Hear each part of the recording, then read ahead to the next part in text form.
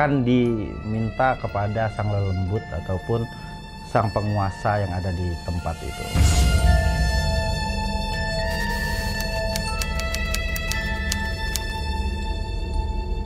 Sebagai bentuk menghormati, terus bentuk doa, bentuk seperti memberikan makanan kepada makhluk-makhluk halus yang ada di tempat yang akan dilakukan upacara ritual.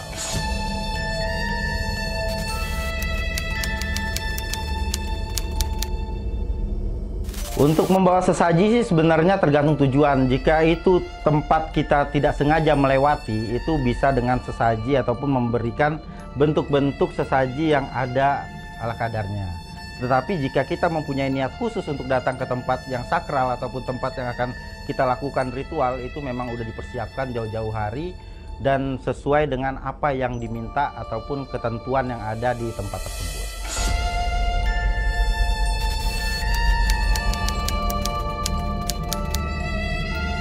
Jika kita mendatangi sebuah tempat ataupun sebuah lokasi yang memang akan dilakukan sebuah upacara, kegiatan keramaian ataupun hajat-hajat tertentu, itu harus ada sesaji sebagai bentuk rasa hormat kita kepada penguasa yang ada di sekitar dan rasa syukur kita semoga acara ini selesai sampai selesai.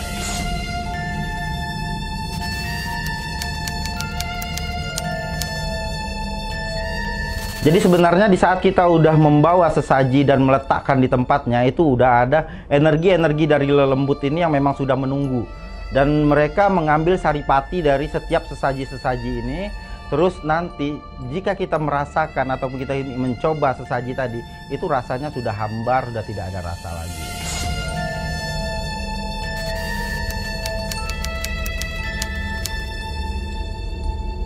Jadi dari makhluk lelembut itu biasanya mengambil saripati dari makanan, dari kembang, dari kopi ataupun dari minuman-minuman yang sudah disiapkan, dan itu menghilangkan rasanya, menghilangkan rasa dari sesaji ini, sehingga di saat setelah selesai upacara ataupun ritual itu semuanya akan berasa hambar.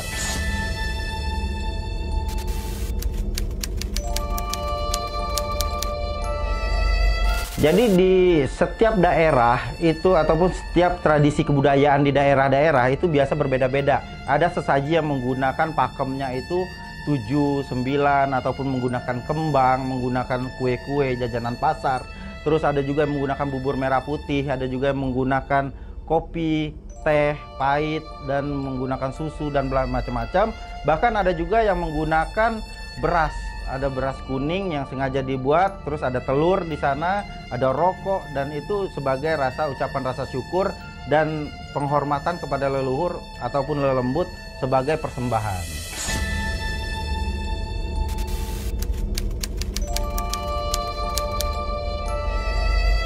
Jadi kalau secara sudut pandang budaya tentang adanya tumpeng, tentang kembang 7 rupa, 9 rupa ataupun telon, itu mempunyai arti masing-masing sesuai dengan apa yang akan hajat mereka sampaikan kepada leluhur ataupun lelembut yang ada di sekitar. Jadi seperti tumpeng itu biasa untuk hajat-hajat tertentu tentang kejayaan, tentang usaha, agar usahanya selalu naik, selalu bangkit, tumbuh besar seperti gunung.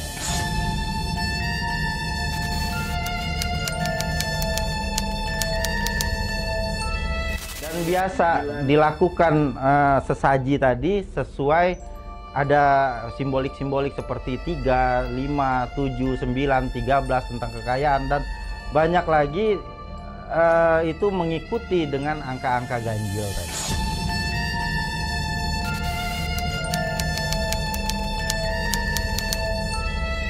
Biasanya kalau untuk kita melanggar ataupun tidak sesuai dengan pakem yang dilakukan, itu bakal ada penolakan ataupun hajatnya itu biasanya agak lambat dikarenakan kita menyepelekan tentang pakem yang sudah ada.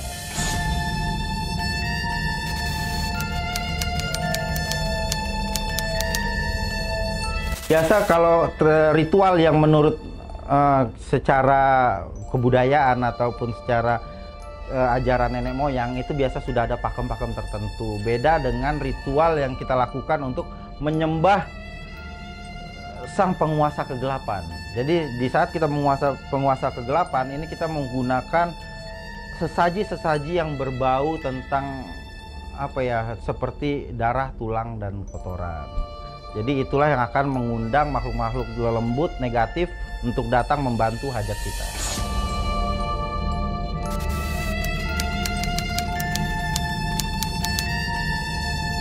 Ya, seperti zaman dahulu mungkin yang ada yang mewah itu jajanan pasar. Itu udah mewah bagi mereka. Jadi seperti kita melakukan sebuah persembahan kepada leluhur tentang apa nikmat yang kita nikmati selama hidup, dan itu dipersembahkan juga untuk leluhur.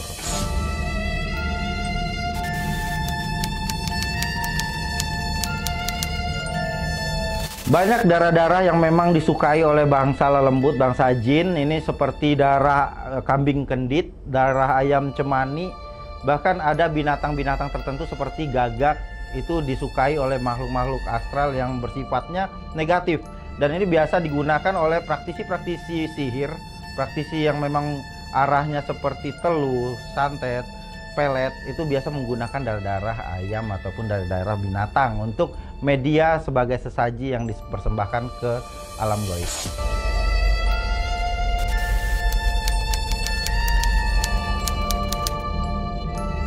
Sama dengan hal sesaji yang dilakukan oleh orang yang diturunkan oleh leluhur, di dunia mistis ataupun dunia black magic, mereka mempunyai pakem tertentu juga untuk sebagai sesaji yang dipersembahkan kepada sang jin.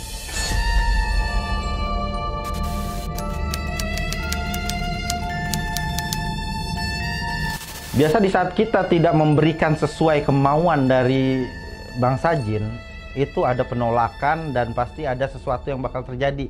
Seperti simbolik-simbolik yang bakal diberikan sama mereka, yang membuat ritual ini seperti gagal. Nah, bahkan ada juga ritual yang lebih ekstrim lagi menggunakan darah manusia yang bergolongan dari golongan O. Itu biasa digunakan sebagai makanan dari bangsa jin yang berupa jenglot.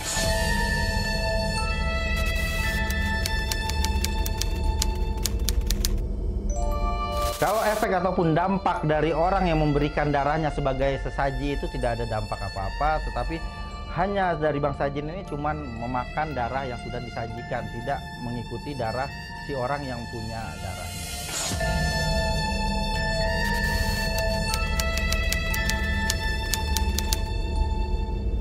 Jadi jika ada sesaji di dekat kita, itu biasanya terlihat oleh mata, ataupun jika itu tidak sengaja tertendang atau tersepak, itu bisa berdampak negatif kepada orang yang menyepaknya.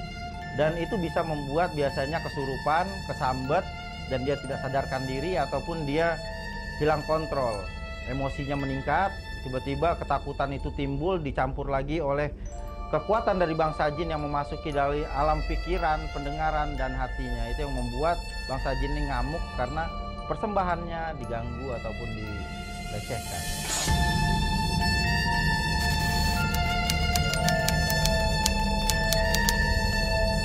Ya, di saat orang menendang ataupun tidak sengaja menyepak sesaji dan proteksi dari orang ini lemah, itu bisa menyerang secara kejiwaan, bahkan dia bisa kesurupan.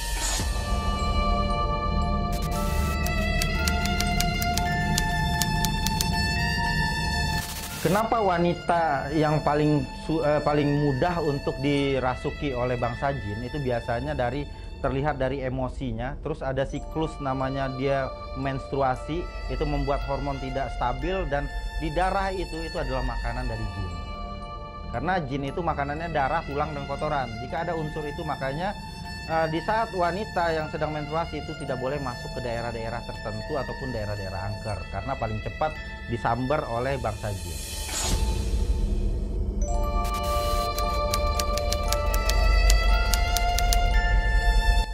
Wanita lebih gampang untuk terserang serangan jin karena memang dari hormon tadi yang ngebuat dia gampang terpancing.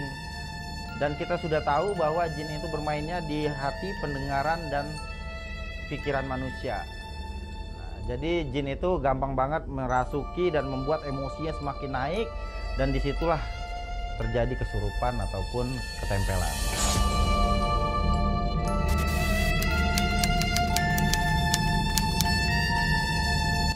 Jadi faktor-faktor yang membuat seseorang ini bisa gampang kemasukan ataupun kesurupan itu biasanya dari mulai pikirannya yang kosong, dia mudah bengong, ataupun dia tidak mempunyai adab di tempat-tempat sakral ataupun tempat-tempat angker. Terus ada juga yang mengatakan bahwa ada tulang rusuk yang renggang pada wanita, itu membuat wanita itu paling gampang untuk kerasukan. Jadi untuk jin masuk ke dalam diri manusia itu membutuhkan perjuangan keras di saat dia masuk ke seseorang yang mempunyai proteksi yang kuat, keimanan yang kuat. Itu sangat sulit untuk dimasuki jin ke dalam tubuh manusia.